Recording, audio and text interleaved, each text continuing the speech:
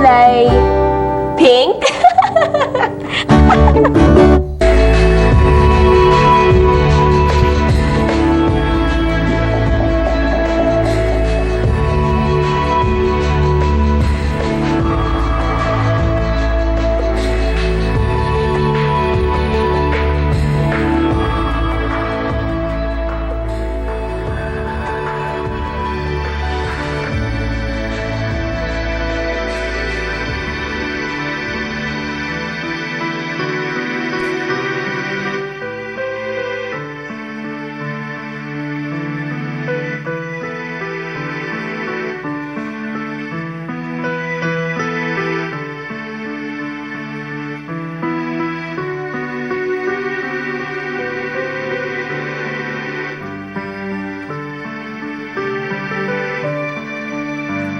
Good morning, Philippines. Maayong buntag, Luzon, Visayas, at Mindanao.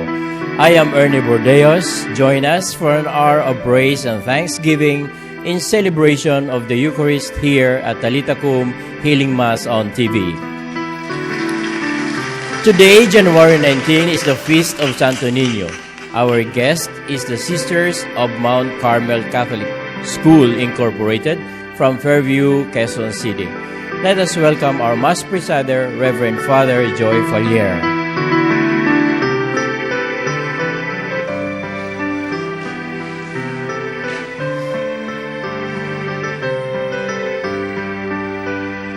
Sing a joyful song to the Lord, Hallelujah. Let the heavens and earth rejoice, Hallelujah. Hallelujah.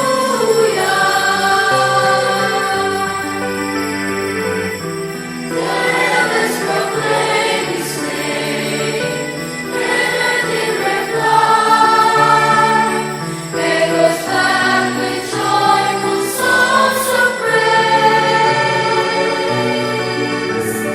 Sing a joyful song to the Lord, Hallelujah. Let the heavens and earth rejoice, Hallelujah. Hallelujah.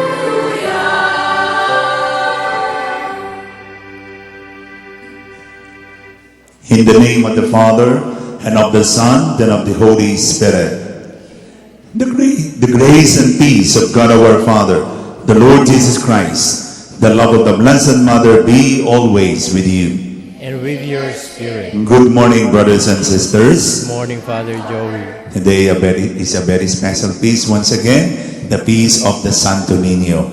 Kaya tama-tama maraming mga batang naririto, kaya palakpakan natin yung mga bata na sagisag at larawan ng ating Santo Niño.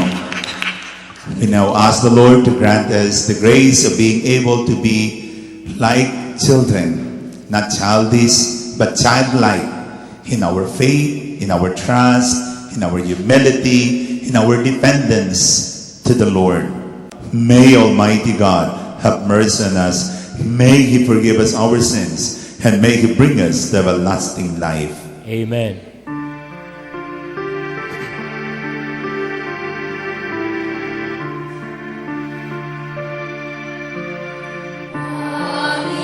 Panginoon, maawa ka. Panginoon, maawa ka. Kristo, maawa ka.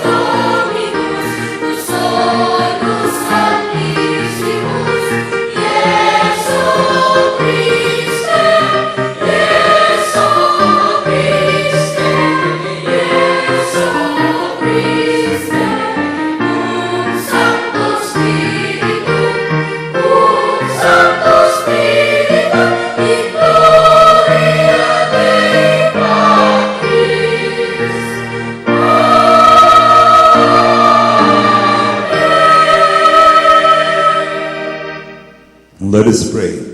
In the silence of our hearts, let us utter to the Lord our particular intentions for this Mass. For the healing of Ami Pasumbal, Dante Sanga, Hinaminda Palumbarit, well-being of DEFCON Nelson Aspe, for the special intention of Antonio and Carmen Retrato and whole family, Belen Batilo and family, and all the people who need our prayers. Those people are celebrating their birthdays, especially Brother M.R. Alcantara. Almighty God, your only Son, begotten from all ages, humbled himself as a child in Nazareth and became subject to Mary and Joseph. Grant that we may learn from his example to embrace your will in all things, and holding fast to the dignity of all, serve our lowly brothers and sisters with open hands and gentle heart. We ask this through our Lord Jesus Christ, your Son, who lives and reigns with you in the unity of the Holy Spirit, one God, forever and ever. Amen. Isaiah prophesies that through the child, who shall be called Prince of Peace, the Lord will grant peace and rejoicing to his people. Brothers and sisters, the first reading. A reading from the book of the prophet Isaiah. The people who walked in darkness have seen a great light. Upon those who dwelt in the land of gloom, a light has shone. You have brought them abundant joy and great rejoicing, as they rejoice before you as at the harvest. As men make merry when dividing spoils, for the yoke that burdened them, the pole on their shoulder, and the rod of their taskmaster ye have smashed, as on the day of Midian. For every boot that tramped in battle, every cloak rolled in blood, will be burned as fuel for flames. For a child is born to us, a son is given us. Upon his shoulder dominion rests. They name him Wonder Counselor, God Hero, Father forever, Prince of Peace. His dominion is vast and forever peaceful, from David's throne and over his kingdom, which he confirms and sustains by judgment and justice, both now and forever. The zeal of the Lord of hosts will do this. The word of the Lord. Thanks be to God.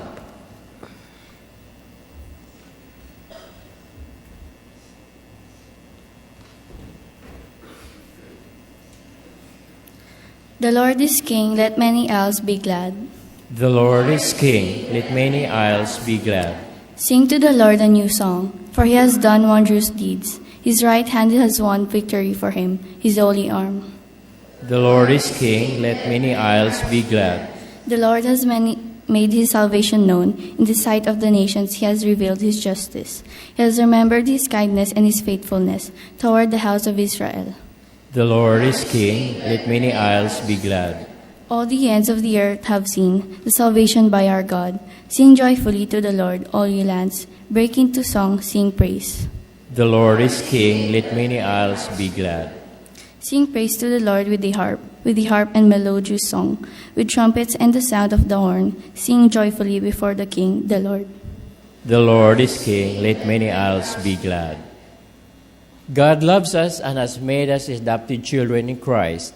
Paul reminds us to live up to our dignity by leading a holy and blameless life. Brothers and sisters, the second reading. A reading from the letter of St. Paul to the Ephesians. Blessed be the God and Father of our Lord Jesus Christ, who has blessed us in Christ with every spiritual blessings in the heavens, as he chose us in him before the foundation of the world to be holy and without blemish before him. In love, he destined us for adoption to himself through Jesus Christ, in accord with the favor of his will, for the praise of the glory of his grace that he granted us in the Beloved. Therefore, I too, hearing of your faith in the Lord Jesus Christ and of your love for all the holy ones, do not cease giving thanks to you, remembering you in my prayers, that the God of our Lord Jesus Christ, the Father of glory, may give you a spirit of wisdom and revelation, resulting in knowledge of him. May the eyes of your hearts be enlightened, that you may know what is the hope that belongs to his call, what are the riches of glory in his inheritance among the holy ones. The word of the Lord. Thanks be to God.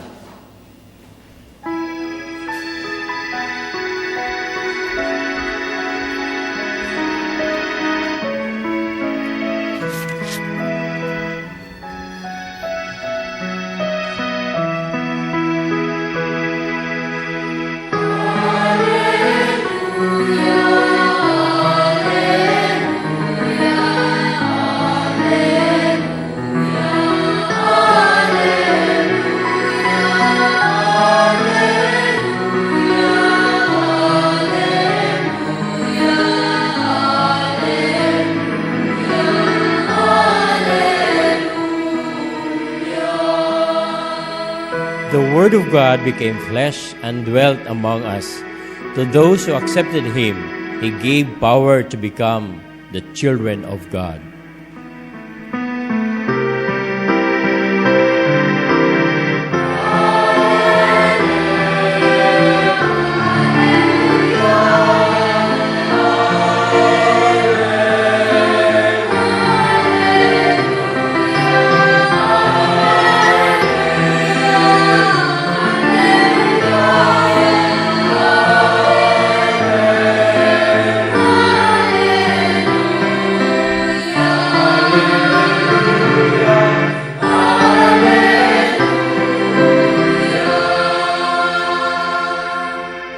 The Lord be with you. And with your spirit. A reading from the Holy Gospel according to Matthew. Glory to you, O Lord. The disciples approached Jesus and said, "Who is the greatest in the kingdom of heaven?" He called the child over, placed it in their midst, and said, "Amen, I say to you, unless you turn and become like children, you will not enter the kingdom of heaven. Whoever humbles himself like this child is the greatest in the kingdom of heaven. And whoever receives one child such as this in my name receives me. See that you do not despise one of these little ones. For I say to you that their angels in heaven always look upon the face of my heavenly Father." My dear brothers and sisters, the Gospel of the Lord. Praise to you, Lord Jesus Christ. Tapos na po ang batiang Merry Christmas. Tapos na rin ang batiang Happy New Year. Tapos na rin ang batiang Happy Three Kings.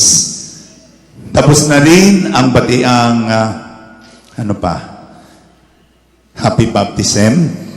Ngayon naman ay Happy Valentine's na. Sabi, Valentine ba ngayon? Hindi po Valentine ngayon. Ngayon po, kasi marami pong mga, for all you know, marami pong mga naka-red. At ito po ay tamang-tama kapiyastahan ng Santo Niño. So, bakit po kaya napakalakas ng dating ng Santo Niño sa atin? Kita po natin ang debosyon ng mga Pilipino. Meron po tayong debosyon sa Black Nazarene, sa Quiapo. Na saksihan natin nung 2 weeks ago ba yun, sister? January 9, 12 million people attended the celebration. Pero ito pong pangalawang kapiyastahan, mas malaki, mas matindi, at masasabi nating mas pamoso, mas nasa sa puso ng maraming mga tao, ang Santo Niño. At masasabi po natin na ito ang extension ng Christmas. Mapupuna po natin yung Santo Niño nasa marketplace, nasa jeepney, nakalagay, kahit nakatabi, basta sexy, libre, katabi si Santo Niño. At makita po natin sa mga business establishments, ayun, pampaswerte daw. Merong Santo Niño na nagwe-welcome, ano ba yon? Welcoming Santo Niño, may Santo Niñong gala, may Santo Niñong sabihin nating associated with our work. Farmer, merong sabihin natin fisherman, police, ayun, iba-ibang uri ng Santo Niño. Ano pa lahat na lang ng uri ng Santo Niño ay naging bahagi na ng buhay ng Pilipino. Ang katanungan natin, ano po kaya ang masabi nating what is so appealing to the Santo Niño? That it conveys to us a great devotion. Is it His simplicity? Is it His powerlessness? It is His innocence? Ano po kaya ang sinasabi ng banal na kasulatan? Ano naman po ang sinasabi ng mga theologians and sociologists? Ang dami nating tanong, no? Para ano ang masasabi natin sa debusyong ito? Unahin po natin in the history.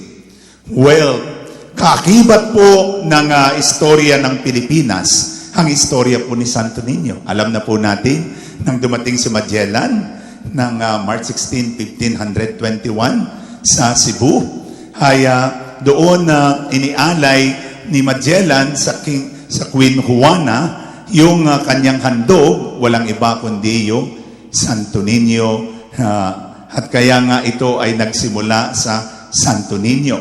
At alam natin, in 1565, dumating si Legazpi kasama yung mga Agustinians. Carmelites kayo, no? Yan, Carmelitas kayo. Ito naman, Agustinians yung dumating. And then they found, naroon yung image ni Santo Niño sa isang nipa hut. So, anong ginawa ng mga Agustinians with Legazpi? They enshrined and put the Santo Niño in a basilica.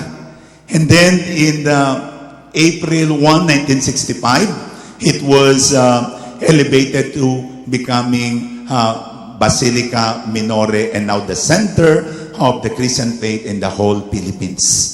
Well, World War I, binomba yan, at nakita po natin yung Santo Niño unscratched. So, saan po nagsimula ito? Nagsimula po ito sa Praga, Czechoslovakia. When the Spanish princess gifted the Carmelites, Carmelita, yung mga binigyan, sa inyo pala iniregalo ng princess, Spanish princess, yung an image of a Santo Niño dressed in royal robe. At dumami ng dumami ang mga taong nakameron ng debosyon at nakarating nga ito sa Pilipinas in 1521. So ano naman ang sinasabi ng banal na kasulatan? The Word of God is telling us that the Son of God became one of us. He became like one of us, flesh and blood. Naganyo siyang bata, naging siyang kawangis natin, at lumaki siya, at nagbigay ng kaligtasan sa atin. Now, the symbol of a child, it denotes powerlessness, independency. And the royal robe represents the power and the dignity of God being the Santo Niño. Ngayon po, sa ating pong pagdinilay naman sa banal na ebanghelyo, ay nakita po natin nagtatalo-talo yung mga disipulo. Sabi siguro ng mga disipulo, sinong pinakang gwapo sa atin? Sinong pinakang magaling sa atin? Sinong pinakang matindi ang arrive sa atin pag nangaral? Well, sabi agad ni Pedro, di ako. Akong leader nyo. Ako ang bato. I'm the rock. I am the foundation of this church. Ako nga ang pinili ng Panginoon, Simon Pedro, di ba? Ako ang tinanong, Peter, do you love me? Peter, yeah, you are no longer Simon, but you will be Peter, you will be the rock foundation. So, ako ang the greatest. Sabi naman ni John, well, napakaiksi ng memorya ninyo. Tingnan ninyo yung picture natin sa Last Supper. Saan nakahilig ang Panginoon? Hindi pa sa balikat ko. Kasi ako si beloved John, disciple. Ako ang paboritong disipulo ng Panginoon. So, I am the greatest. Sabi naman ni Philip, hindi, maling-mali kayo dyan. Ako, naalaala ba ninyo na nagkameron ng problema sa desert? Yung magpaparami nagpapakuha ng tinapay, kanino siya humingi ng advice? Hindi pa sa akin. Ako ang number 1 messianic advisor. Kaya I am the greatest. Ay bumanat yung ating tiyuhin, si Judas. Sabi ng ating tiyuhin, ay, saan ba nang gagaling ang inyong kinakain? Saan ka kumukuha ng pamasahe mo? Ha? Ng damit mo. Hindi baga sa akin? Ako ang treasurer. Ha? Kung wala ako, gutom kayo. Ha? Ako yata ang ingat yaman at ang mundo ay umiiral dahil sa pera. Kaya nga biglang dumating ang Panginoon. Anong pinagtatalunan ninyo? At sabi ng mga disipulo, Lord, sino ba sa amin ang pinakampogi? Sino ba sa amin ang pinakandakila? Siyaking ang sagot ng Panginoon. Kumuha ng isang bata. Manguha nga tayo dito ng isang bata. Ha ha ha ha. Ikaw! At sabi doon sa isang bata, dito ka brother. Okay. Hinarap niya sa gitna. At sabi niya, ang tigas ng buhok mo. Ito ang pinakang dakila. At kung hindi kayo tutulad sa batang ito, ang pogi, hindi ka makapapasok sa kaharian ng langit. Well, Tutoy, anong gusto mong maging pagdating ng araw? Ganyan lang? Ganun lang? Anong gusto mong maging pagdating ng araw? Maging artista po. Wow! Sino naman ang iyong paboritong artista? Hindi ko pa po alam. Father Joey po. Biro lang po. Okay, kita ninyo, napakamasunuri ng bata. Pero ito po ang mababanggit natin. 3 bagay yung binanggit ng Panginoon. Bakit mahalaga ang bata? Number 1, hindi ka papasok sa kaharian ng langit kung hindi ka magiging katulad ng bata. Kita mo kung anong edikta? Yun ang sinasabi. Ha? Naniniwala. Ha? Hindi tayo papasok kapag hindi tayo naging katulad ng isang bata. Pangalawa, ang tumatanggap sa akin, sabi ng Panginoon, ay ang tumatanggap sa bata ay tumatanggap sa akin. Pangatlo, ang dakila sa mundo, hindi yung maraming pera. Kasi ang pamantayan ng mundo, sino ang dakila? Hindi yung sikat. Sino yung dakila? Yung maraming pera. Sino yung sikat? Sino yung dakila sa mundo? Haba, hindi yung nabibili niya lahat, yung gusto niya. Yung may kapangyarihan. Pero anong sabi ng Panginoon? Hindi. Ang dakila ay bata. Ang pinakang modelo ng kadakilaan ay isang bata na larawan ng ganap na pagtitiwala. Amen? Pangatlo, mababanggit po natin na sabi niya, yung pagtanggap sa Kanya ay ang hindi tumanggap sa bata ay hindi tumatanggap sa akin. Kaya ang mga bata ay larawan, buhay ng presensya ng Diyos. Amen?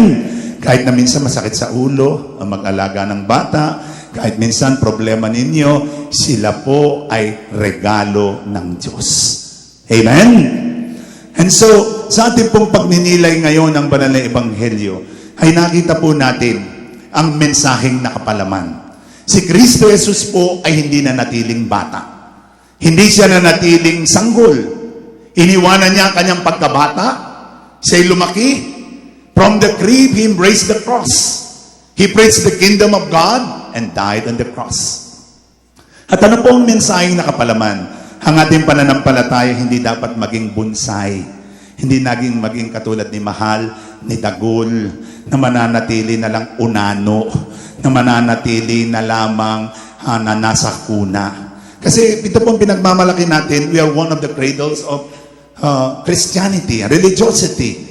In fact, we are the only Catholic nation in Asia. Ha?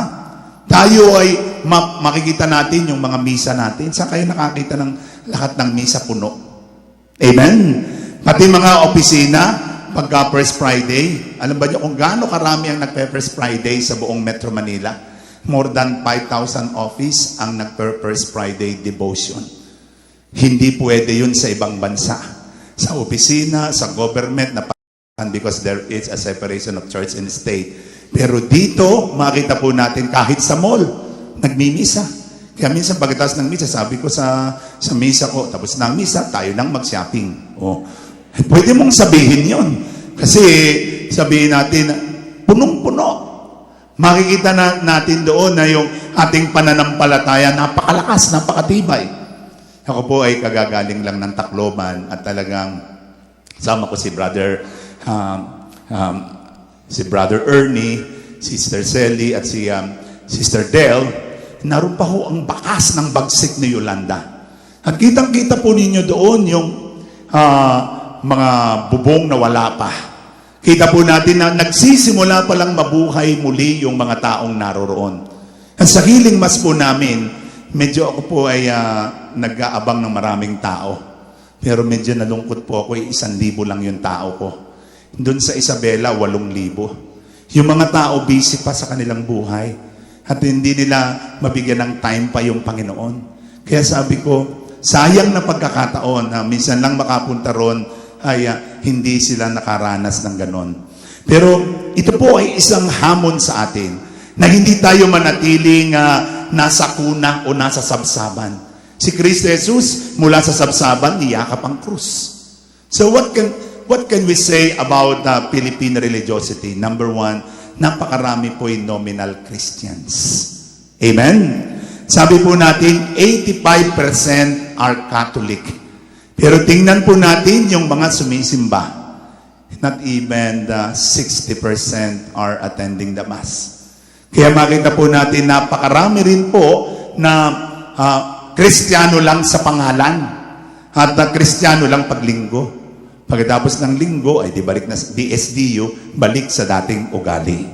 And so, it is a challenge for all of us na sana nga po ay magkameron tayo ng pagpapanibago. Hindi po yan damit na isinusuot tuwing Sunday.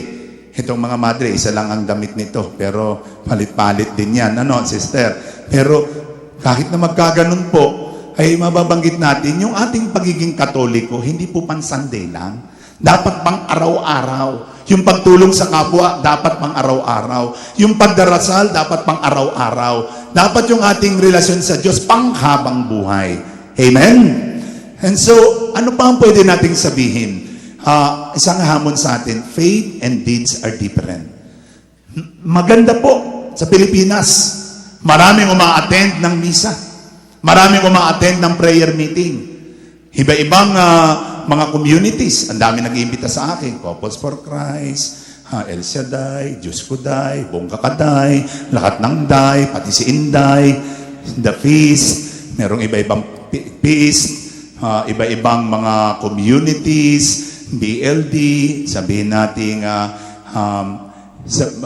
iba-ibang mga marriage encounter groupings. Pero ang katanungan po, totoo po bang nagkameron ng pagbabago sa buhay natin? Nadagdagan po ba tayo ng tibay at tiyaga ng pananampalataya? Nawala po ba yung graft and corruption? Sagot, wala. May tao, wala. Nawala po ba ang graft and corruption? Hindi. Nawala po ba ang crimes? Simba tayo ng simba. Nubina tayo ng nubina. Rosaryo tayo ng rosaryo. Attend tayo ng healing mass. Napaka-unsafe. Mag-cellphone ka lang dyan sa labas, mamaya, maaaring ano ka na. Nakakatakot ngayon na, sabi ko doon sa driver ko, mag-ingat ka sa pagpaparking, ha? Kasi ang inaabangan pala, pagpaparking, tututukan ka na agad. O kaya, nasa restaurant ka, hold uping ka, at nakuha na yung info mo doon sa labas, susundan ka ron, tututukan, akin na lahat, pati yung susi, alam nila kung saan yung kotse. Nakakatakot. And you call us the only Catholic nation in Asia. Kaya palagay ko, muling tayong inaanyayahan ng Panginoon. Sabi nga dun sa sayaw ng Santo Niño, sabi ng isang pare, yung sayaw ng Santo Niño pala ay 1 step backward, 2 step forward. Halabira. Halabira. Diba ganon? Siguro po, ito rin po ang hiningi sa atin ngayon. Na tayo po 1 step backward. Muli tayong bumalik, tingnan natin ang ating sarili, maging tayo katulad ng isang bata, pero 2 step forward. Why 2 step forward? Dahil kapag 1 step forward lang, balik sa dati. Nag-backward ka, tapos balik ka uli. So kinakailangan 2 step forward, para forward po tayo. Kaya ito po ang napakahalaga sa buhay po natin. Kung gusto nating maging katulad ng isang bata, magbago po tayo ng puso, isip, kalooban. Amen? Ano po bang hina-highlight ng Panginoon sa isang bata? Well, what is the main quality of a child? I think there are 2 main qualities of the child. Number one is his dependency. He's so dependent to other people, dependent to their parents, for their well-being, sa lahat-lahat.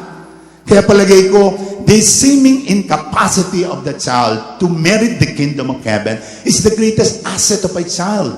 That in God, we must be empty-handed, leaving everything before Him, all our agenda, na wala tayong magagawa kapag wala ang Panginoon. Amen? Tandang-tanda ko pa ho nun. Kasi mga bata, katulad ng kultura ng mga Hudiyo, the child is considered social nobody. No ranks, no voice, no status, nothing. Just like a piece of property. Kaya nga sa kultura rin Pilipino, sa puwera mga bata. Marami akong beses na ako'y bata, ako'y iyak na iyak. Lagi akong kasama sa gayak, pero hindi kasama sa lakad. Alam ninyo yun? Kasama lamang sa pagbibihis. Pagkatapos itatago ka na sa toilet, aalis na sila. Ay, nasa na sila? Wala na. Ayun. Yun po, sa puwera ang bata. At yun po yung kultura rin ng mga Hudiyo nung una. Walang kwenta ang mga bata. Pero sabi ng hindi. Namamali kayo. Sila ang modelo ng kadakilaan, ng kabanalan, ng pagtitiwala sa Diyos. Amen? And the second quality of a child is being trusting. Ang kanilang pagtitiwala sa kanilang mahal sa buhay ay ganun na lamang. Na alam nila na hindi sila pababayaan. Alam niyo, ng bata po ako, pagkasama ko yung tatay ko sa Shoemart, pakiramdam ko, ako po may kasamang Superman. Habay lahat ng kunin ko, babayaran ng tatay ko. Ha? At ang pakiramdam ko, wala rin bubugbog sa amin, sa kanto-kanto namin. Kasama ko yata si Superman. At yun po ang pakiramdam ko kapag kasama ko yung tatay ko. Ganyan din po ba ang pakiramdam nyo kapag kasama niyo yung tatay nyo? Yung tatay mong kalbo, yung tatay mo na masasabi mong masasandigan mo. At palagay ko ito po, dapat ang meron tayong katangian na lahat ng mga pangyayari sa ating buhay ay laging kontrolado ng Panginoong Diyos. Amen? Na wala tayong magagawa kung wala ang tulong at biyaya at presensya at grasya ng Diyos. Palagay ko, ito pong dalawang ito, total dependence and trusting.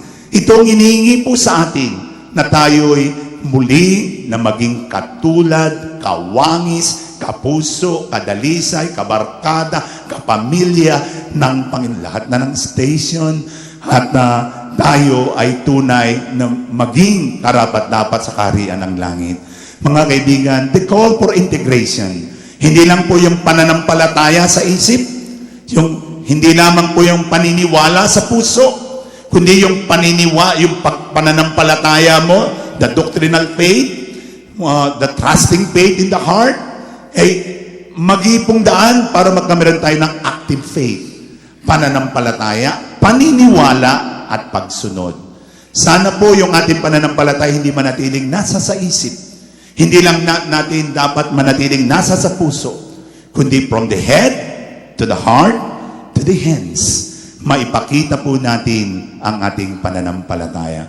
Sino po si Santo Niño ngayon? Si Santo Niño ay ang mga batang ito. Mga bata na maaaring hindi natin nayayakap. Mga bata na hindi natin nabibigyan ng tamang pagmamahal. Ang mga batang inaabuso, mga batang nasa lansangan, mga batang walang tahanan, mga batang walang mga magulang, mga batang nahuhok sa drugs, mga batang pinagsasamantalahan, mga batang inaabuso. Sila po ang makabagong Santo Niño.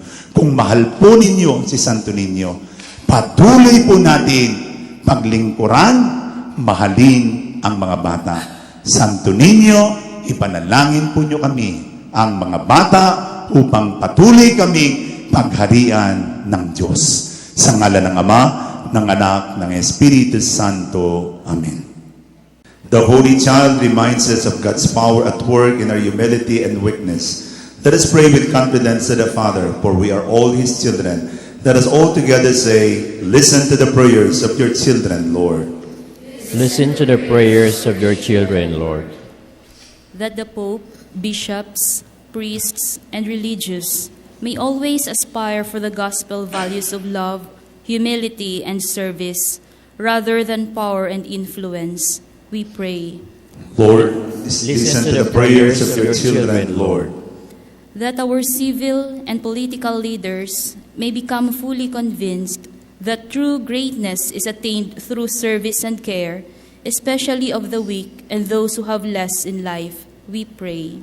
Listen to the prayers of your children, Lord. That the poor and the marginalized in our society may derive strength from the conviction that they have a special place in Jesus' heart, we pray. Listen to the prayers of your children, Lord. That caring adults and committed organizations may attend to the needs of children of broken homes and those who suffer because of irresponsible parents, we pray. Listen to the prayers of your children, Lord. That our devotion to the Santo Niño may help us to grow in wisdom and grace before God, keep the spirit of a child, and live with our brothers and sisters in openness, freedom, and friendship, we pray. Listen to the prayers of your children, Lord. Heavenly Father, listen to our prayers. Give us the courage to do your will, so that we may be worthy to share the eternal happiness of your kingdom. We ask this through Christ our Lord. Amen.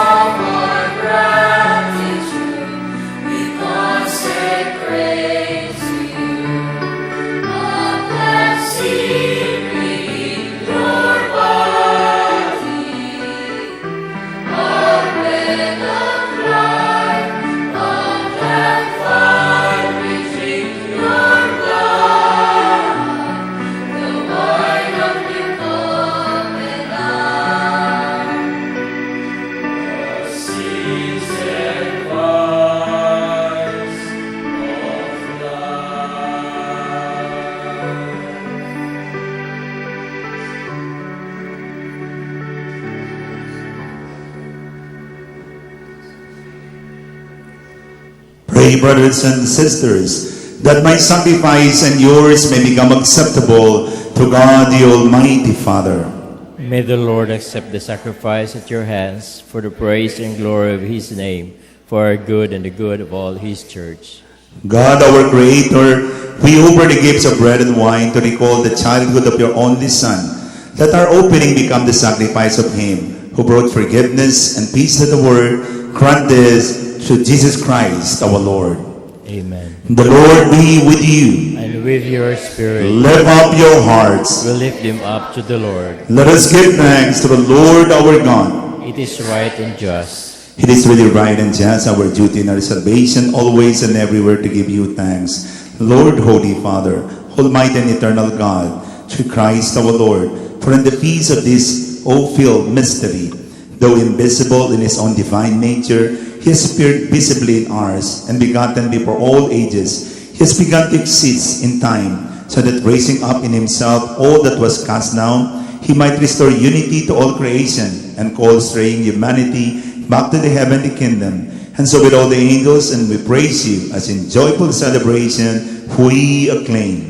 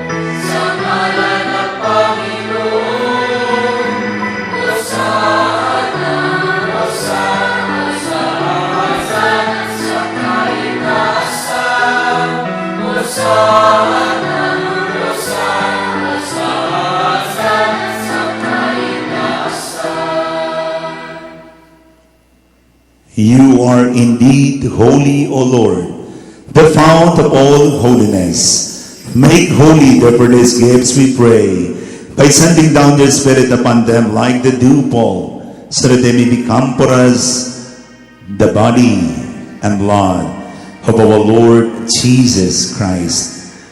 At that time he was betrayed and entered willingly into his passion. He took bread and giving thanks, broke it, and gave it to his disciples, saying, "Take this, all of you, and eat of it. For this is my body, which will be given up for you."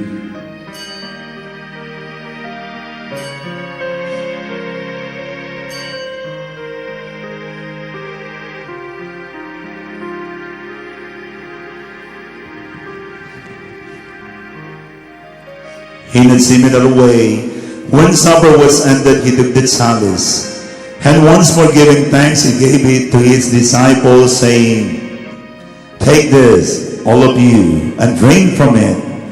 For this is the chalice of my blood, the blood of the new and eternal covenant, which will be poured out for you and for many, for the forgiveness of sins.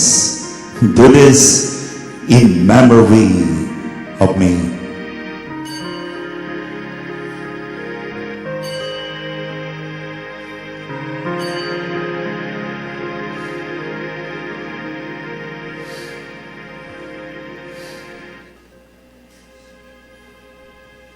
The mystery of faith.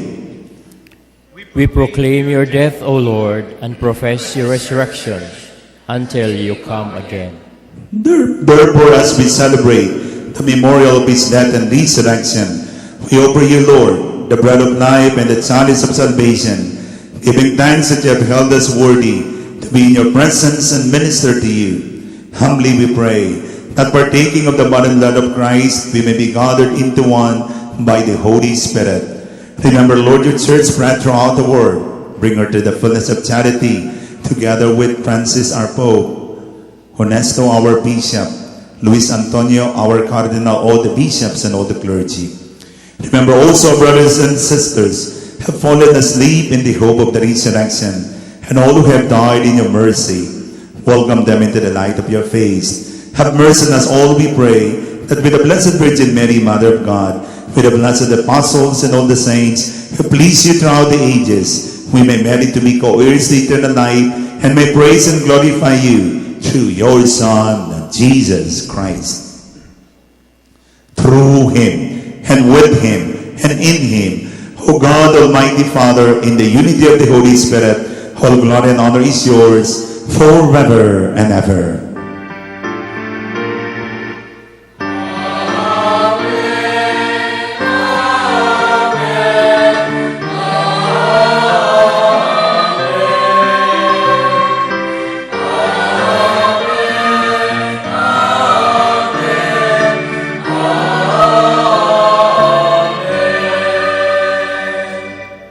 as one big family, assembled by the Father in heaven. Let us join our hands together as we now recite the very prayer that Jesus himself taught to us, the Lord's Prayer. Our Father, who art in heaven, hallowed be thy name. Thy kingdom come, as it is in heaven. Give us this day our daily bread, and forgive us our trespasses, as we forgive those who trespass against us. And lead us not into temptation, but deliver us from evil. Deliver us, Lord, we pray, from every evil. Graciously grant peace in our days, that by the help of your mercy, we may be always free from sin, and safe from all distress, as we await the blessed hope and the coming of our Savior, Jesus Christ. For the kingdom, the power, and the glory are yours, now and forever. Lord Jesus Christ, who said to your apostles, peace I leave you, my peace I give you. Look not on our sins, but on the faith of your church, and graciously grant her peace and unity in accordance with your will, who live and reign forever and ever. Amen. The peace of the Lord be with you always. And with your spirit. Let's offer each other the sign of peace be with you. Peace be with you. Peace be with you. Peace be with you. Lamb of God, you take away the sins of the world. Have mercy on us. Lamb of God, you take away the sins of the world. Have mercy on us. Lamb of God, you take away the sins of the world. Grant us peace. My dear brothers and sisters in Christ, this is Jesus, the Santo Niño, who grew up and became the Santo Entierro. He preached the kingdom of God, died on the cross, so that all of us may have new life with him. After we are now invited to join in this celebration of life and love. Lord, I am not worthy that you should enter under my roof, but only say the word, and my soul shall be healed. May the body and blood of Christ lead us to everlasting life.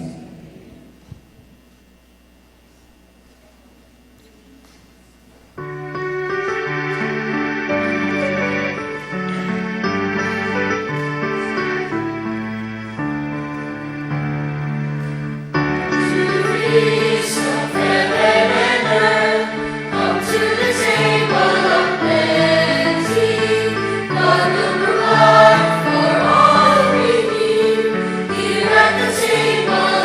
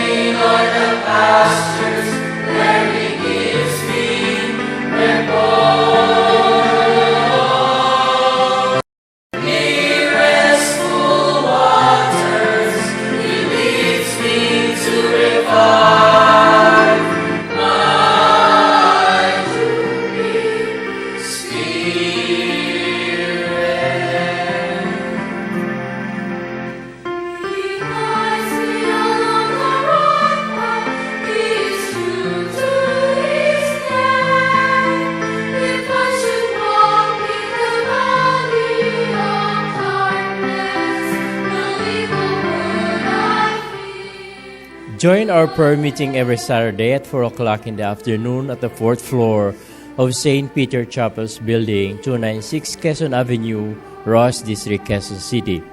We are inviting you to attend our Life in the Spirit seminar on January 25. It will start at 9 o'clock in the morning and ends with a Holy Mass at 5 o'clock in the afternoon. The venue is at the 4th floor of the St. Peter Memorial Chapel's building, 296 Quezon Avenue, Ross District, Quezon City.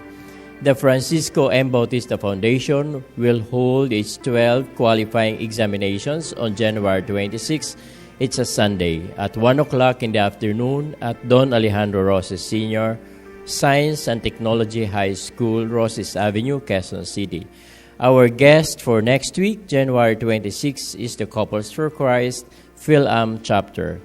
Like our page on Facebook, Talita Kum HMTV, and tweet us at Arise Talita Kum. Maraming salamat. Nais ko rin po kayong anyayahan sa isa pong pilgrimage. Ito po na makikita po nyo sa inyong television. Ako po at si Father Arnel Galion, hindi na po makakasama si Monsignor Andro na aming Vicar General sa Diocese of Lucena kasi may malaki siyang kapiyastahan sa katedral ng Lucena sa aming pong katedral. At ang makakasama ko po rito ay si Father Arnel Galion, ang kura paroko ng San Antonio, Quezon. At kami po ay attend ng canonization ni Blessed John Paul na magiging Saint John Paul II. Kasama rin si Blessed John the 23rd. At pupunta po kami ng Assisi para mag-Assisi ng kasalanan. Pupunta rin po kami ng San Giovanni Rotondo.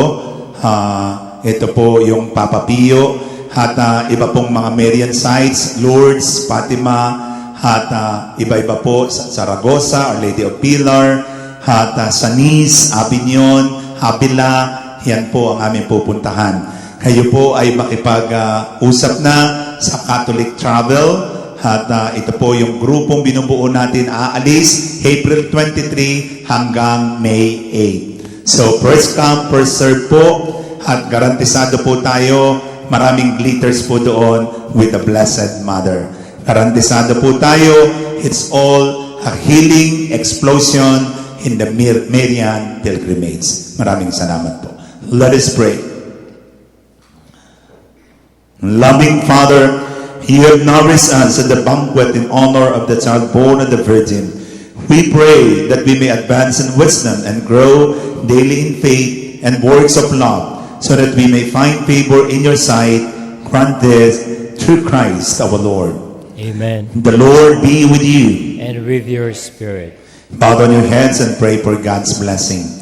Ilagay po natin ang ating kamay sa tapat ng ating puso ngayon. Damhin po natin ang tibok ng ating puso. At sa pagkakataong ito po, damhin po natin ang presensya ng Diyos. Kayo rin po ng mga nakantabay sa inyong television sets. Hanuman ang inyong mga pinagdaraanan, hanuman ang inyong mga karamdaman, hanuman ang sakit na tinataglay nyo. Mahal na Santo Niño, mahal na mahal ka po ng sambayan ng Pilipino. Sa inyo po kami kumukuha ng lakas, sa inyong pagmamahal, sa inyo pong pagbibigay sa amin ng inspirasyon na maging katulad ng bata. Laging nakadepende sa inyo, laging naniniwala, mababaw ang kaligayahan, mapagpatawad. Tulungan po ninyo kami, Senyor Santo Niño. na maging po kaming katulad ng isang bata, puno ng pananampalataya. Ibigay namin ang aming sarili sa inyo. Ipay sa ilalim namin ang aming kalooban sa inyo. Hindi man po namin maintindihan, masakit, magulo, madilim. Sana po katulad ng isang batay, maniwala kami. Maniwala kaming lubusan na hindi po ninyo kami pababayaan. Panginoon, marami na pong dago ang naranasan ng aming sambayanan. Pero isa lang naman po yung mensaheng nakapaloob dito, ang kami magbago ng puso, magbago ng kalooban, magbago ng buhay. Gusto po namin, lagi kami ang bida, kami ang dakila. Pero sana po, this time, kayo naman ang aming ipagyabang. Kayo naman ang maging manguna sa aming buhay. Kayo naman ang maging bida at superstar ng buhay namin. Ang tunay na kadakilaan ay naroon pala sa pagpapakumbaba katulad ng isang bata. Ang tunay palang kadakilaan ay kapag kami ay naniwala ng lubusan sa magandang plano mo sa amin, sa gitna ng mga hilahil naming nararanasan bilang pamilya, bilang sambayanan. Sa mga oras na ito, Panginoon, hinihingi po sana namin, pagpalain po niyo ang lahat ng mga batang naririto. Bigyan po niyo sila ng direksyon sa kanilang buhay. Kasama na rin po yung mga kabataan ngayon na maaring naliligaw ng landas. Biktima na yung pinagbabawal na gamot, biktima ng imoralidad, biktima ng wasak na pamilya. Panginoon, kalingain po niyo sila. Bigyan po niyo sila ng direksyon at pag-asa na muli po na makatikim ng langit dito sa lupa. Buuin ninyo ang aming mga pamilya upang mga batang ito ay magkameron ng tatag ng kalooban, konbiksyon sa kanilang puso na sila'y minamahal ninyo, minamahal ng kanilang pamilya. Panginoon, alam po ninyong istorya ng aming buhay. Alam po ninyo ang lahat ng aming mga kadiliman. Alam po ninyo ang lahat ng aming mga nagawang kapalpakan.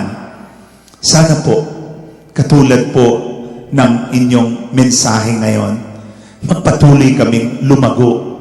Magsikap kaming magpakabanal at magbago ng buhay. Hindi po namin magagawa ito kung wala po kayo sa amin. Samahan po nyo kami. Patibayin, patatagin ang aming pananampalataya. Patibayin, patatagin ang aming pamilya. Patibayin, patatagin ang aming sambayanan. At ibigay sa amin ang lahat na tatayang kahilingan, hindi lang material, kundi spiritual din. Pagkalooban din kami ng kagalingan ngayon. Kasama po ng mga pinagdarasal namin ngayon sa pagkakataong ito. Kayo ang Diyos ng Himala.